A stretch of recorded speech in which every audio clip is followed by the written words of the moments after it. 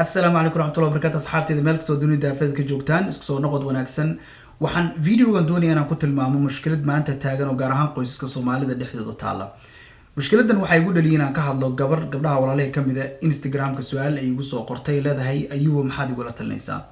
وحنا أي سؤال شتني لا ذا هي نبى يقبا مروان هي أفرع رورا نهاية لبا متانا أيان ولا لي لبا كله وكله جونين ولا متهددوا أيان عليه أنا هذا فوقين hase ninka gidibkaan ku qabaa wuxuu yahay wuu yacaaya wuu idilaa markaan damcayna dukaanka ka soo adeegtaa banaanka u baxo wuxuu leeyahay niman kala u socotaa ilmaha yararka guriga jooga marka uu ku xanaaqana wajiga ayuu ka candhoofaa maxaad igula talinaysaa meel kasta iyo wada kasta waan soo maray dadka eheladiisa xataa waan u sheegay horta mid jirta waxay tahay ninka ragga ahi waa inuu fahmo mas'uuliyadda saaran waxaana jira rag fara badan oo banaanka marka ay joogaan bisada ah guriga marka ay galaan bahal dad cuneena ah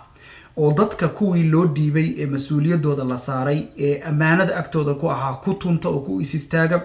oo aan kala jeclayn si qaldan oo qallafsan ula dhaqma jiljileecina banaanka geeyeen adaygina gudaha keeneen waxay ahayd inuu banaanka ku adkaado gudahana ku jilecsanaado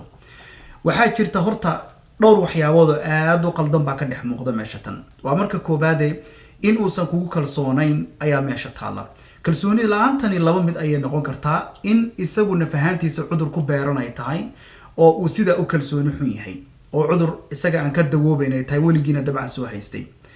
waa marka labaad waxa dhici karta inuu telefoonkaaga fariimo ku arkay ama ninku soo wacaya waxa jira kuwa badan oo caaqliyaal social media iska dhex fadhiyo gabar kasto bidaan loo arkaanba waa waxba isaga qoran qaarkoodna waliyaadu billah ma u malaynay inay ka baqayaan xubnaha taranka inuu balaayo ilaahay ka galiye waxay sameeyeen xubnahoodii taranka waxay doonaan baa ku sameeyeen intuu doonaba hal leekaade ayay gabdhaha u diraan waana rag fara badan oo xishoonayn oo naftooda ku kalsoonayn oo karti aan lahayn oo aqligoodu yar yahay oo cilmi lahayn oo jaahilina hadda u fiirsatay gunta ay ka soo weerar tagayaan raggaas inta badan waa jaahilnimo aqli xumo waayo aragnimo la'aan mid cilmi maadi mid diinatoon aqoon ma laha waa dadka iska hadlo adduunka iska jooga ma aragto iska noole u weey gabar kasto ay arkaanba waxba isaga qoraan mid kasto ay arkaanba waxba isaga dirayaan ma yaqaanaan assalaamu calaykum buu iska soo leeyay assalaamu calaykum meesha warkeed ma yaal gabar baa meesha tan iskale quruxdeeda aragtaad soo raacday in la qaba ma ogid maxaad gurigeeda ugu diraysaa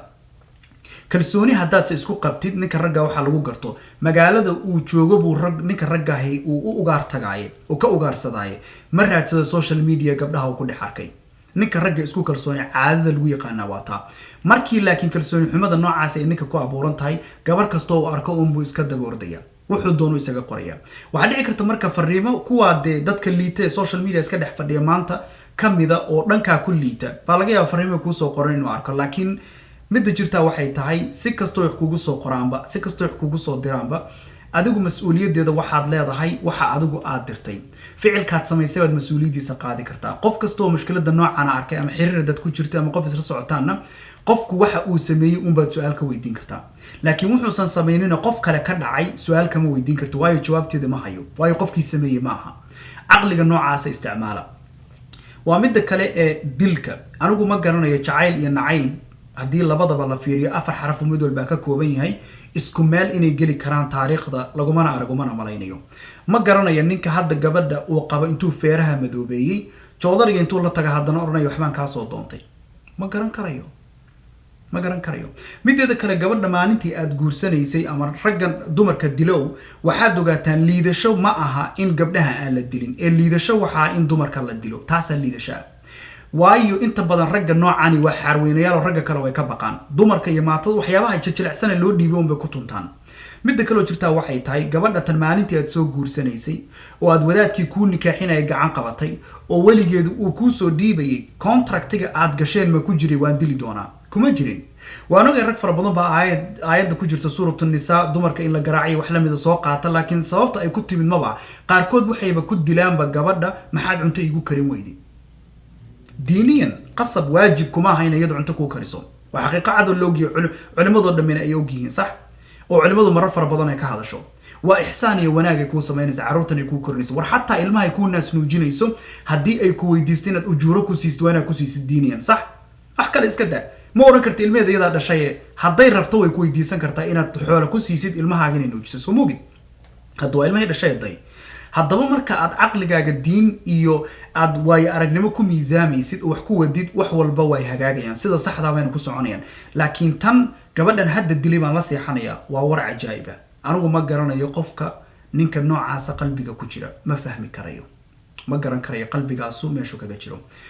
mid kale waxay tahay ilmaha yar yarka ah ee aad indhaha ka candhoofaysid waxaad ogaataa ilmahan aad wajiga ka candhoofaysid akhlaaq xumad baraysaa akhlaaq xumada baraysaa waxay tahay in tarbiyad xumo hadda adigu aad u bilaabayso dadka wajiga laga candhoofaa garayga darraba ilmahani qaladka uu galay adigu qof weyn baa tahay maanta qaladka aad gashid ma aad jeclaan lahayn in qalad kastoo gashayba ul iyo feer lagula dul istaago ama wajiga laga candhoofo see dareemi lahayd waad iska dhicin lahayd laakiin ilmahani iskama kaa dhicin karo waa ilmo yaroo tabar yar waxba ma kala ogaa adduunku hadduu ku cusub yahay wax walba isaga qaladku waa cusub yahay oo waxa kale oo wanaagsan waa cusub wax walba waa cusub yihiin isaga qaladka uu galo ilmaha see looga saxaa waa loo tagaa gacmaha la qabtaa wajigiisa toos loo fiiriyaa labadiisa indhood waxaa la dareensiiyaa oo laga dhaadhacsiiyaa waxaana inuu qalad yahay iyada oo ay kalgacal iyo maxabo iyo naxariis ku dheehan tahay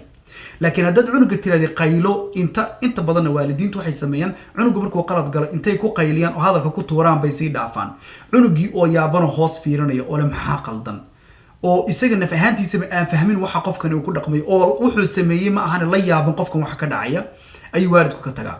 sida ilmuhu ugu jiro ayuu marka dambe wuxuu gaaraa cunug weyn maalintuu weynaadana waa kan aad aragtay kugu afnaqaya ee ku oranaya maxaa kaa galay businesskayga maxaa kugu soo geliya hawlahayga maxaa telefonkayga soo geliya maxaa saaxiibadayga ku soo geliya adeero akhlaaq yeelo adeero edeb yeelo waa ilmo fara badan waalidku saa kula dhaqmaa jira waayo adaa bartay maanta markuu koro xoog weynado 20 jir noqday ma feeri kartid ma dili kartid uu kula feertamaya oo iska kaa dhicinaya laakiin shalay markuu yaraabaad adigu bartay waxaan maanta adigu aad ka ilmeynaysan oo waxaad shalay adigu bartay haddaba ilmahan aad wajiga ka candhuufaysid akhlaaq xumo weeye akhlaaq xumada noocaanana waxay noqonaysaa mid marka dambe uu dadka kale kula dhaqmo mas'uuliyadeedana adiga iskale marka guriga adiga mas'uulka ilaahay uu ka saaran yahay mas'uuliyad wanaagsan kula dhaqan ilaahay subhanahu wa ta'ala wuxuu leeyahay ya ayyuha alladhina aamanu taqullaha wa qulu qawlan sadida ilaahay subhanahu wa ta'ala wuxuu leeyahay wa qulu lin-nasi husna dadka wanaag kula hadla adiga maxaa laga rabaa wanaag inaad kula hadashid dadka guriga kula dhex jooga waayo wax kasto aad ku hadlaysid ba adiga bay saameyn kugu lahaanayaan war adigu nin raga oo aqli leh hadaa tahay bal wanaag xumada aad gurigaaga dhex keentay yaa miraheeda guranaya adiga baa guranaya ha iloobin by the end of the day waxa cuntada kuu soo kariya oo dharka kuu dhaqo oo ilmahan mushkiladooda ka haya waa xaaskaaga waxaad ogaataa mas'uuliyadda ayna ka hayaan wallahi rag fara badan ma oga wax fara badan oo mas'uuliyada ayaa saaran maanta ayna ka hayaan mid kale waxay tahay dhiigeeda iyo dhacaankeeda meesha ku qabta maalin kasta ilmahan ay ku dhalayso xanuunka ay ka dareemayso walwalka iyo walaaca ay ku hayso wargeeri iyo dhimashay u dhaxaysa markaas ay wax ku dhashay iyadoo taa ay tahay oo laga yaabo inay xaamilato caloosha halka joogto isqaadila bay cunto ku karisay oo dharkaagii dhaqday oo sariirtaadii hagaajisay oo adiga dantii ilaahay waajibkaad ku lid iyadoo xaamila ku fulisay aawi damiirkaagii marka waxyaabahan oo dhan marka la isu geegeeyo waxaan ku soo duuduubaya gabadha walaashay gurigan furiin wax uu faa'iido leeyahay ma jirto dad fara badan baa maanta furiin galay furiin kale wax natiijo wanaagsan oo laga dhaxlaa ma jirto labadiina baa hadda mushkiladan idin dhex taala hadduu soo qof idin soo sadaxayn labadiina waad xallin kartaan mushkilada kaliya la xallin karin waa mushkilada cid kale ay soo sadaxaysay waana waxyaabaha guriyaha Soomaalida badankoodu ku dumaan xal u waayaan inta badan waa markuu qof soo sadaxay laakiin labadooda dhexdooda mushkilada dhex taal xal way u heli karaan haddii saaxiib uu soo galo ama gabar ay soo gasho ama nin uu soo galo ama qoysku soo galo gurigaas ha sugin inta badan waa dumaya laakiin gurigu inta kaliya uu ku hagaagi karo waa labadiina wada fariisataan waxyaabahan oo dhan aad ka wada hadashaan oo aad si diini ilaahay subhanahu wa ta'ala diiniyan aad soo hor dhigtaan oo ninkaagi aad waanisid oo aad u aqli celisid waayo haddii dareen baa ilaahay kugu abuuray bari aad furiin dalbati oo lagu furo waxa ku dambeeya muxuu bari dareen baa kugu jira nin kala soo xariisanaysa ninkan hadda aad arkayso ka qaylinaysid baa u dhaama nin kasto adduunka jooga carruurta si kastood isu leedahay maanta ninku jecel oo adiga ku daryeelaya oo jeceshay haddaad heli lahayd si kasto oo ninkaas uu ku jeclaadaba waxaad ogaataa inuusan weligii gaaraynin jacaylka aabahood uu carruurta u hayo taa iga qor midda kale waxay tahay maalinta lagu soo furo ayuu qiimo hoose oo liita nin walbaaba ka gurgurtami doona